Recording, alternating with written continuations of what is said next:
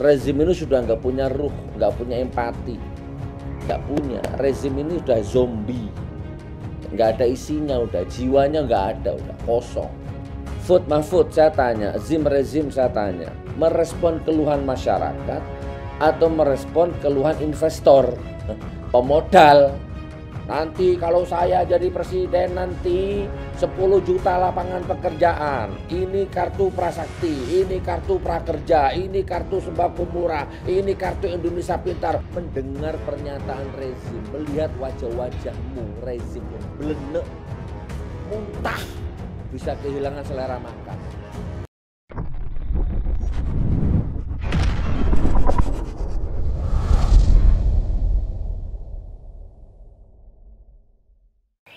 Apabila kau menemui musibah, sabar serta tawakallah, supaya kau memperoleh kemenangan dalam ampunan Tuhan, penuh kebahagiaan.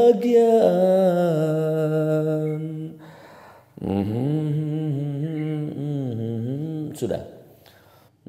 Oke. Assalamualaikum warahmatullahi wabarakatuh. Alhamdulillahirabbil alamin. Alhamdulillahirabbil alamin ya Allah, bersyukur kepada Allah. Allahumma shalli ala sayyidina Muhammad, bersalawat kepada Nabi. Semoga keberkahan, fadilah, karomah, ma'unah Allah senantiasa tercurah tumpah ruah kepada kita semua. Begitu juga salawat dan salam selalu terlimpah ruahkan juga kepada junjungan kita Nabi besar Nabi Muhammad SAW. Amin ya rabbal alamin. Teman-teman, saudaraku semua, sahabatku sebangsa setanah air, dulur-dulur rakyat Indonesia semua tanpa terkecuali. Pemerintah mengeluarkan pernyataan melalui Menko Polhukamnya ya, Mahfud MD, dan ditemani di sebelahnya itu Jenderal TNI dan Jenderal Polri ya. Dan siapa tadi itu, nanti kita lihat videonya lagi ya. Oke, sebelum saya ngomong, ayo kita lihat dulu videonya sama-sama nih. Sekalian, Assalamualaikum warahmatullahi wabarakatuh. Terima kasih atas kehadirannya. Saya mewakili keseluruhan pemerintah, mewakili kabinet yang dipimpin oleh Presiden Republik Indonesia Bapak Joko Widodo.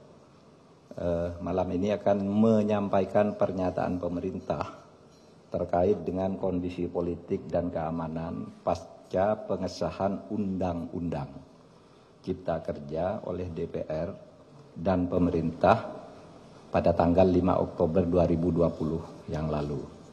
Saya ingin memberi pengantar dulu bahwa Undang-Undang Cipta Kerja itu dibuat untuk merespons keluhan masyarakat dulu bahwa pemerintah itu lamban di dalam menangani proses perizinan berusaha, peraturannya tumpang tindih dan sebagainya. Itu dulu. Oleh sebab itu lalu dibuat undang-undang yang sudah dibahas lama. Di DPR itu semua sudah didengar, semua fraksi ikut bicara. Kemudian pemerintah sudah berbicara dengan semua serikat buruh berkali-kali di kantor ini, kantor Menko Polhukam, dan di kantor Menteri Perekonomian, kemudian pernah di kantor Menteri Tenaga Kerja.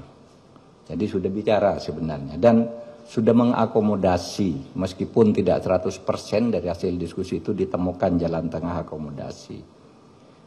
Sehingga tepatnya tidak ada satu pemerintah pun dimanapun di dunia ini yang mau menyengsarakan rakyatnya dengan membuat undang-undang yang sengaja untuk itu. Yang kedua, isinya. Isi dari Undang-Undang Ciptaker ini pertama untuk mempermudah perizinan bagi usaha sehingga tidak birokratis dan tidak tumpang tindih, mempermudah perizinan siapapun yang mau berusaha dalam negeri maupun luar negeri. Yang kedua, menyediakan peluang untuk menampung tenaga kerja yang jumlahnya setiap tahun itu 3,5 juta. Angkatan kerja kita setiap tahun itu 3,5 juta.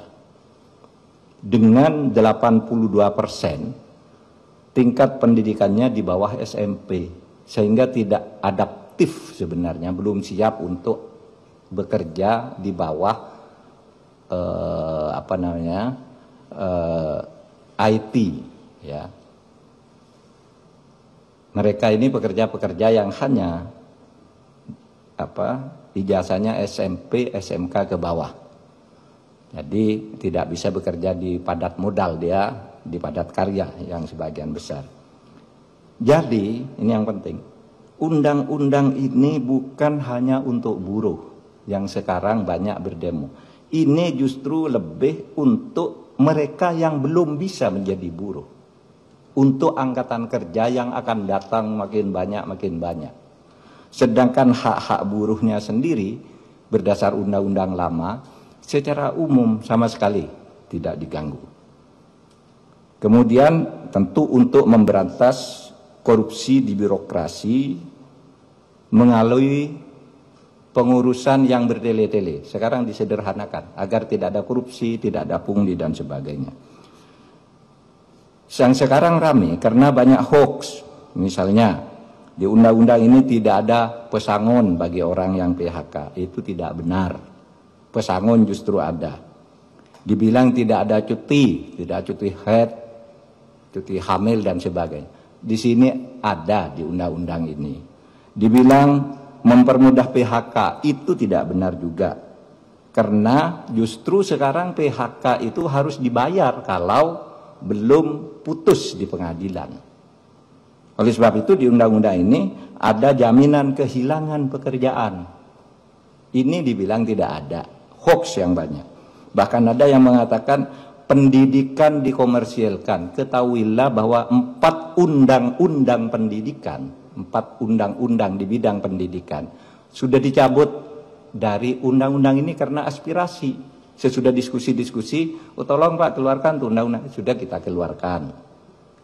Nggak ada di situ ngatur soal dunia pendidikan, apalagi mengkomersialkan. Di situ dunia pendidikan hanya diatur di dalam pasal 65 yang justru mempermudah bahwa pendidikan itu adalah lembaga nirlaba, bukan lembaga usaha, bukan lembaga komersial. Ini ditegaskan justru di undang-undang ini, malah dibalik di dalam berita-berita yang hoax itu. Oleh sebab itu, melihat perkembangan situasi itu, pemerintah mengajak mari kita semuanya menjaga Kamtibmas, keamanan dan ketertiban masyarakat.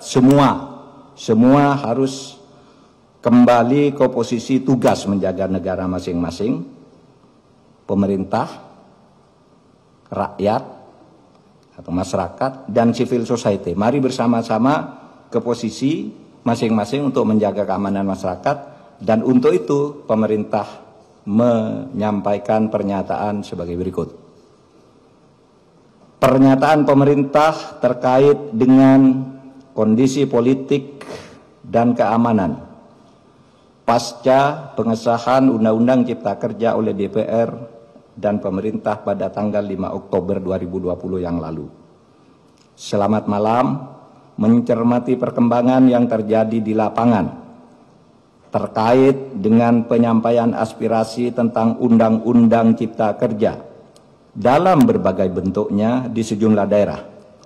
Maka demi ketertiban dan keamanan di tengah-tengah masyarakat, pemerintah menyampaikan hal-hal sebagai berikut.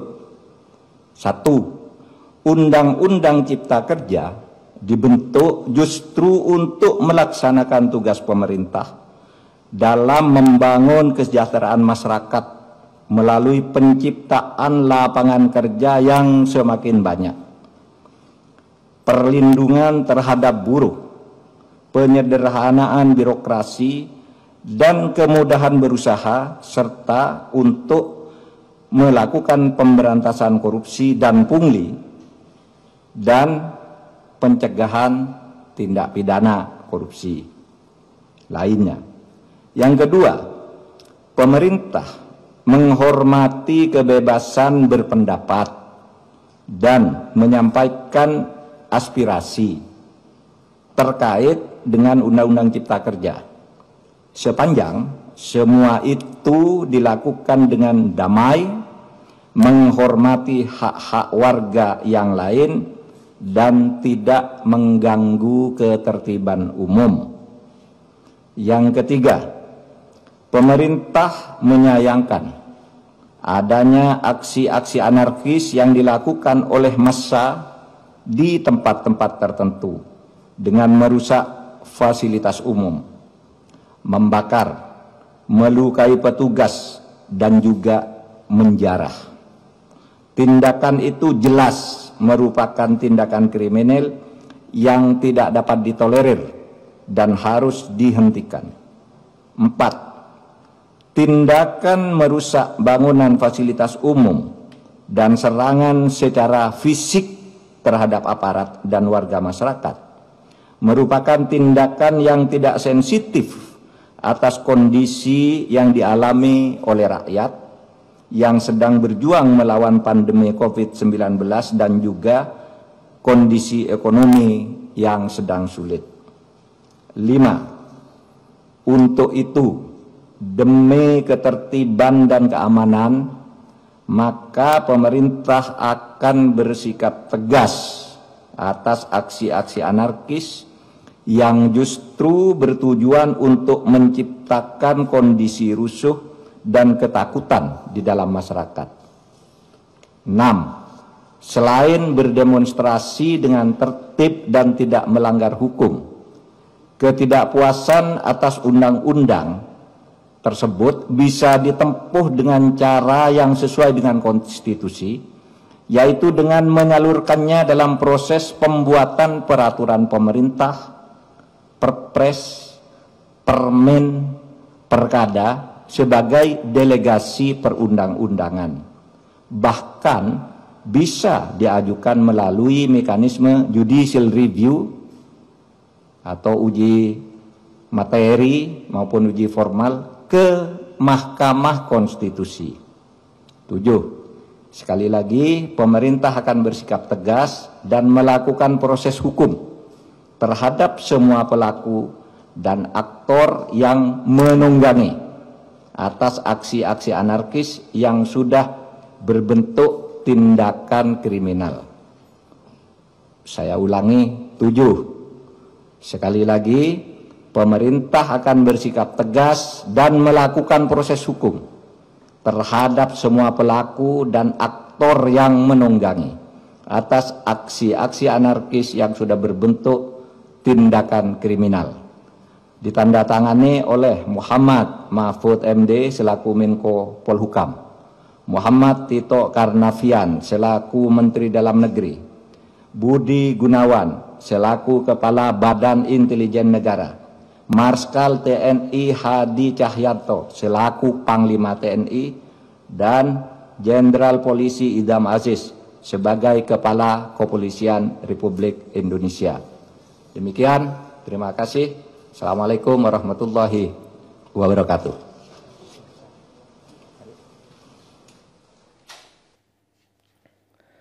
Nah, bagaimana saudaraku setelah lihat video tadi?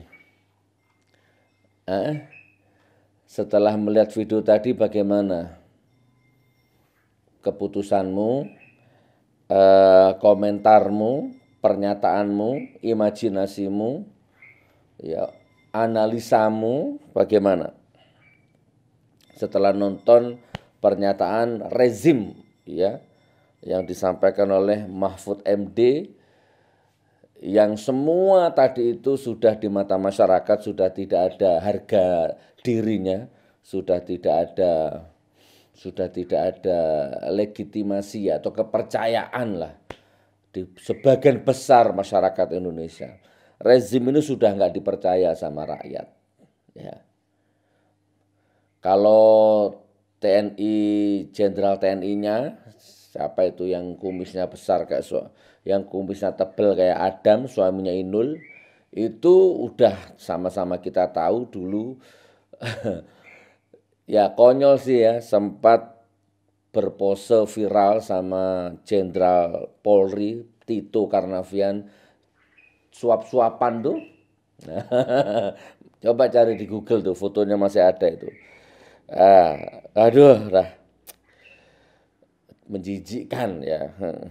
Ngapunten, mohon maaf, kan boleh ngomong, ya kan, bebas ngomong tuh, mengkritik. Jadi nggak ada wibawanya sama sekali. Ya malah menjijikkan, laki-laki kok, jenderal lagi, suap-suapan kayak LGBT itu. Oke, saya nggak melebar kemana-mana, itu pernyataan pemerintah. Nah kita tunggu bagaimana dari pakar-pakar hukum, dari pakar-pakar apalah tata negara apa. Kita tunggu ya. Nah ini juga mudah-mudahan menambah wacana, menambah dinamikanya ini insya Allah. Jadi menurut saya ternyata setelah gedung-gedung terbakar, kota-kota membara, rakyat berjatuhan bergelimpangan. Walaupun di sisi lain ya, semakin ke sini semakin ya sudah nanti kita bahas di bab lain lah itu masalah itu ya.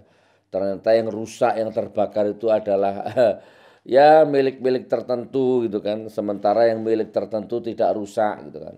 Dan viral di media juga ternyata yang bakar, yang ngebom, yang molotov itu juga bukan mahasiswa ya, dan lain sebagainya dan lain sebagainya. Nanti itu kita bahas insya Allah di lain bab ya, di lain hari. Sekarang kita akan bahas pernyataan pemerintah ini, pernyataan rezim ini. Jadi menurut saya ternyata pertama ini poin saya, ternyata rezim ini, pemerintah ini tidak bergeming. Takabur, angkuh, sombong, congkak, besar kepala, egois. Walaupun sudah seperti ini kondisinya. Dan saya memaklumi gitu. Karena memang jangankan cuman darah gitu, nyawa sekalipun memang rezim ini sudah tidak punya pilihan ya untuk terus mengedepankan kepentingannya, bukan kepentingan rakyat, ya kepentingan wallahu alam bisawab. Ya, kepentingan investor asing-asing dan seterusnya. Saya udah mulai dari sebelum Pilpres itu kan kita sudah hakul yakin gitu bahwa hanya likuifaksi yang bisa menghentikan ini. Tsunami 100 meter gitu kan, banjir bandang Nuh gitu, mati, hanya itu yang bisa menyelesaikan. Kalau cuma darah, nanah, air mata, keringat, apalah, kelaparan, protes itu sudah, rezim ini sudah nggak punya jiwa. Rezim ini sudah nggak punya ruh, nggak punya empati, nggak punya. Rezim ini sudah zombie, nggak ada isinya, udah jiwanya nggak ada, udah kosong. Yang ada itu ya kapitalis, ya industrialis, laba, uang, bisnis, cukong, bandar, apalagi lah. Nggak ada rakyat nggak ada, cuman gedung dibakar.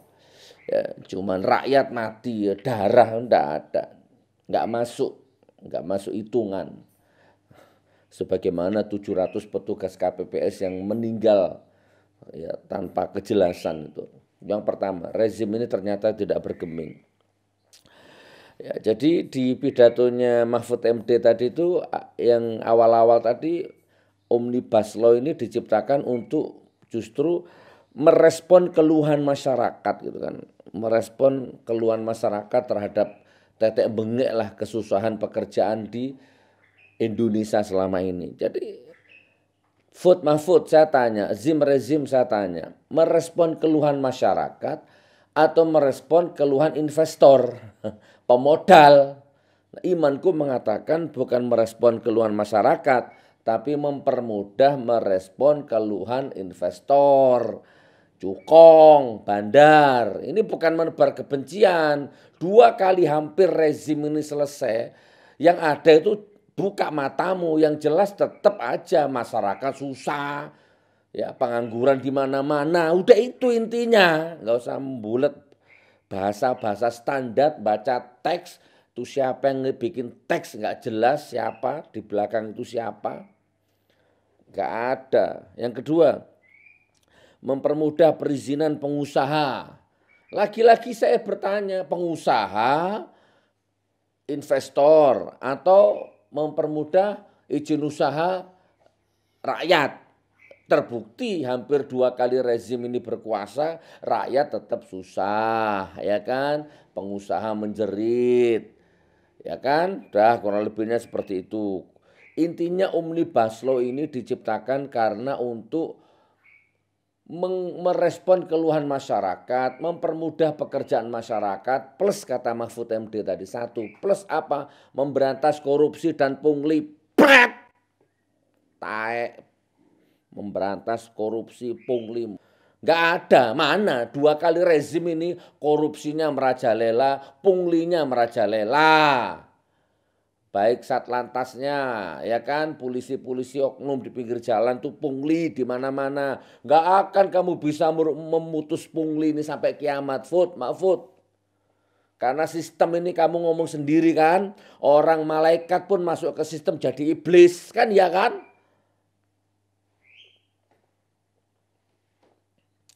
Kalau mau memberantas korupsi, Harun Masiku ditangkap, Jiwasraya ditangkap, Ahok banyak itu. Ya kan? Rezim itu gudangnya korupsi. Nggak usah Omnibus Law diciptakan, tangkap aja udah di depan mata korupsi-korupsinya itu. EKTP, sumber waras, reklamasi, Jiwasraya, dana haji. Ada 23 tera datanya itu. Itu tangkap. Memberantas korupsi kok pakai Omnibus Law. Pret, pleketek. Menyediakan lapangan pekerjaan. Padahal 2 kali rezim hampir berkuasa nggak ada lapangan pekerjaan. Yang ada bohong. Bone ancuk yang ada.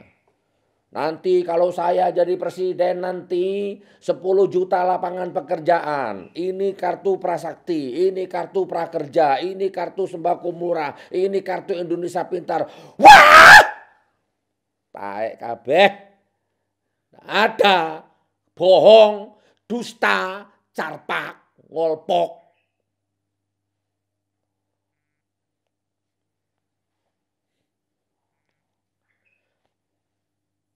Makmurkan rakyatnya, berantas korupsinya, nggak usah neko-neko, saya akan takdim. Saya akan solasi mulut ini. Saya teriak gini nggak ada yang bayar. Rezim, nggak ada keuntungan pribadi, nggak ada yang bayar, nggak ada yang backing, nggak ada yang nyukongi. Dan ini panggilan jiwa. Belenek, tahu belenek? Pak Mahfud apa bahasa Madura? Saman kan orang Madura ya. Tahu belenek? Belenek, blokek, muak. Melihat wajah-wajah rezim, mendengar congor-congor rezim ngomong tuh belenek. Apa? Belenek itu apa? Muntah rasanya. Tak ulang ya. Mendengar pernyataan rezim, melihat wajah-wajahmu rezim tuh belenek. Muntah, bisa kehilangan selera makan.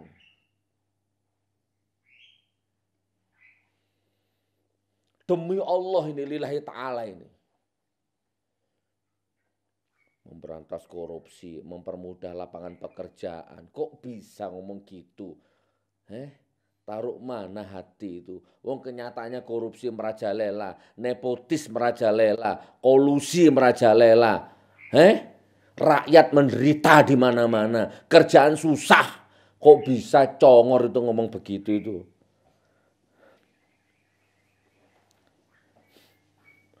Penciptaan lapangan kerja dan korupsi dan pungli katanya dihapus dengan Omnibus Law. Pemerintah menghormati pendapat, standar. Ya standar bahasanya.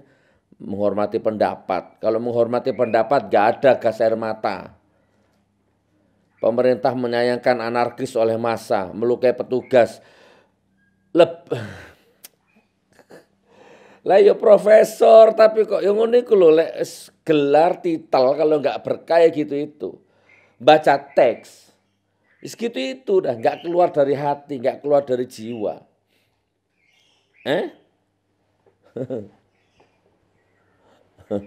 Demo ngacir. Jadi melukai rakyat yang ada. Petugas juga, makanya yang demo keluar darah, yang demo berdarah-darah, yang demo bergelimpangan berjatuhan, terus yang mengamankan demo sama, berdarah-darah, bergelimpangan sama, polisinya sama. Rakyat, mahasiswa, buruh, dan polisi bentrok, brung. Yang satu berdemo, yang satu mengamankan demo. Nah, ada satu pihak lagi yang ketiga ini. Siapa? Rezim yang didemo. Kemana yang didemo? Wallahualam. Adem ayem aja. Yang muncul di media lagi nyambangi bebeknya. Pulang ke Solo kayak katanya nih yang muncul di media. Datang ke spiritualnya. Apa itu? Apapun. Puan kemana? DPR-nya kemana? Nggak tahu. Yang berdarah-darah mahasiswa dan polisi. Rakyat dan polisi. Buruh dan polisi. Yang demo, yang mengamankan demo. Yang didemo. Yang didemo. Ya nggak ngefek yang didemo ya. Nggak tahu. Baca Shinchan kayak, baca Doraemon kayak, baca Poping Hu, apa nggak ngerti. Atau main game kayak. Nah, satu lagi yang terakhir ini. Lagu lama. Bahwa pemerintah akan menindak tegas siapa-siapa pihak yang menunggangi demo itu. Nah, ini kan bahasa klasik ini. Ini bahasa rezim yang paling belenek ya ini. Menunggangi, ditunggangi. Termasuk kemarin itu siapa itu? Airlangga itu. Pemerintah sudah tahu siapa-siapa yang menunggangi, aktornya. Itu kan bahasa rezim, itulah rezim Firaun itu begitu. Enggak ada introspeksinya itu, enggak ada. Siapa yang nunggangi? Saya tahu pikiranmu, ayo. Siapa yang nunggangi? Pemerintah akan menindak tegas siapapun yang menunggangi demo itu. Siapa? HTI kan? FPI kan? Radikal kan? Jenggot kan? Cingkrang? Orang Islam? Ya kan? Itu yang menunggangi. Mbok ya nanya di dalam hatimu. Jangan-jangan pemerintah yang sudah ditunggangi. Jangan-jangan rezim yang sudah ditunggangi. Oleh siapa? Cukong. Oleh siapa? Asing-asing. Oleh siapa? Bandar. Oleh siapa? Sembilan Naga. Oleh siapa? Kepentingan global. Oleh siapa? Kembangno dhewe. Loh, masa nggak boleh? Kamu aja seenak-enaknya nuduh. Di mana ada demo pasti ditunggangi. Terus yang dituduh FPI, HTI, umat Islam. Kan begitu. Kamu seenak-enaknya nuduh. Padahal kamu yang nggak menderita apa, kata Cak Nun. Selama demo berlangsung, darah di mana-mana, api di mana-mana, asap di mana-mana, kamu kemana? Kamu menderita apa? Kamu rugi apa? Enaknya ngomong ditunggangi. Jangan-jangan rezim yang ditunggangi. Udah, saya percepat. Intinya teman-teman jamaah rakyat Indonesia, intinya setelah kejadian kemarin itu, demo di mana-mana itu, detik ini rezim ternyata tidak bergeming. Ternyata tidak bergeming. Bahkan tetap angkuh dan memaksakan kehendaknya. Ternyata darah rakyat, keringat rakyat, api berkobar, asap membumbung di mana-mana, kerusakan di mana-mana, rakyat tidak bergeming. Bahkan malah dengan sombongnya takabur, congkak, keras kepala menuduh itu ditunggangi. Ya, dan klise bahwa Omnibus Law diciptakan untuk menghapus korupsi, menekan korupsi dan pungli. Coba bayangkan, padahal 2 kali rezim ini korupsinya gila-gilaan. Coba, apa enggak tambah belenek ini, enggak tambah muak, apa enggak tambah tak kepruk mikiran.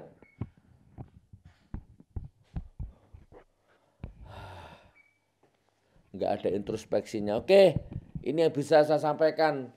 Lihat videonya yang lain. Banyak orang yang akan merespon ini. Oke, ini hanya respon sebagai anak negeri yang sayang NKRI-nya. Yang tidak punya kepentingan apa-apa. Saya bukan HTI, saya bukan FPI, saya bukan Cendana. Saya bukan Prabowo, saya bukan Sandiaga Uno. Saya bukan orang partai, saya bukan siapa-siapa. Di belakang saya hanya ada Allah.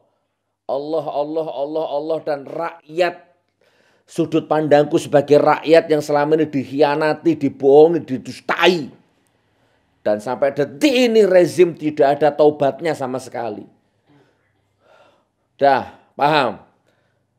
Lillahi ta'ala. Mudah-mudahan omongan ini saya pertanggungjawabkan di hadapan Allah. Di akhirat. Ya Allah, kalau ini omongan ini salah. Kalau omongan ini dibuat-buat. Kalau omongan ini ada kepentingan. Azab saya ya Allah. Laknat saya ya Allah. Ini ada malaikat. Kalau kamu ada iman. Ada malaikat di sini. Ada malaikat di sini. Ada Allah. Kalau kamu punya iman. Kalau omonganku ini ada kepentingan. Ada yang bayar. Cendana kek. Siapa kek. Ya. Dilaknat, dilaknat, dilaknat, dilaknat saya. Artinya apa? Artinya ini rakyat. Aku juga rakyat.